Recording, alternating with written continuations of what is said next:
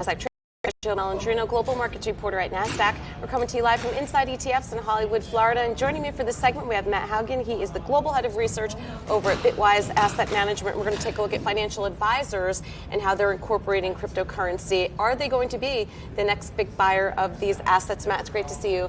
As always, my favorite topic, crypto. So we're Inside ETFs. Clearly, a lot of financial advisors are here. Are they really incorporating crypto into client portfolios? Yes, some of them are. So let's start with our clients putting crypto in their own portfolios. Financial advisors say about a third of their clients are already investing on their own. So advisors are responding to that.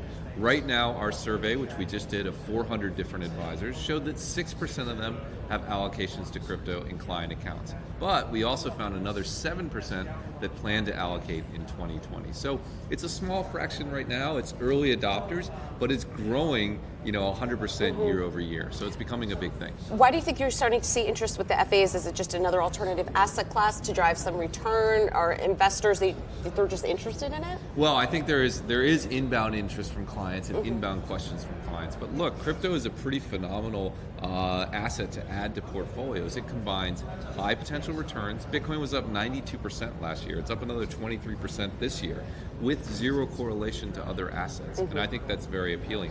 The other thing we learned about Bitcoin really last year, and crypto in general, is it acts as a geopolitical hedge.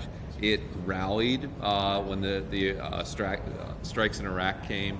It's rallied on concerns about what's happening with coronavirus and concerns around the world. So as a way of adding that protection to portfolios, advisors are getting increasingly interested. It'll be interesting to see how it acts with the election coming up in just a few months, because that's really going to send, I think, shockwaves either way, depending on who gets into the administration or if the incumbent stays, because you're right, when we see these big events happen, crypto has a very direct reaction to it. That's exactly right. Yeah. It's a crazy world. We have the election, we have everything else that's going on, we have negative interest rate debt, there's trillions of dollars of that. I think one response to that is having a small hedge allocation to the crypto space. There's a big event that's coming up in 2020, particularly in May with Bitcoin. Tell us more about that, because that, I think, is going to be the catalyst to watch in 2020. I think you're right. The Olympics of Bitcoin. Yes. Every 4 years, the amount of new Bitcoin that's created every day falls in half.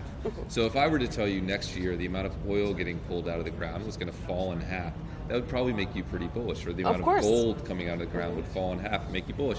In crypto, we know that's going to happen. In May, it's called the halvening. It's a crypto term. It just means there's less production. How much less? About $3 billion less per year. Right. So that's going to be $3 billion of sales pressure that disappears from the crypto space. And if interest stays the same, or if interest increases, the price should go up. Yeah, I mean, it's basic supply and demand. That's right. And that's what we've seen historically. These halvings have preceded significant bull runs. There's no guarantee that'll happen again, but it has happened historically, and a lot of people are excited about it. All right. Well, I can't wait to have you on after that takes place. I think it's going to be really interesting. Matt, thanks so much, as always, for joining us. Thank you. And thank you for joining me on Trade Talks. I'm Jill Malandrino, Global Markets Reporter at Nasdaq.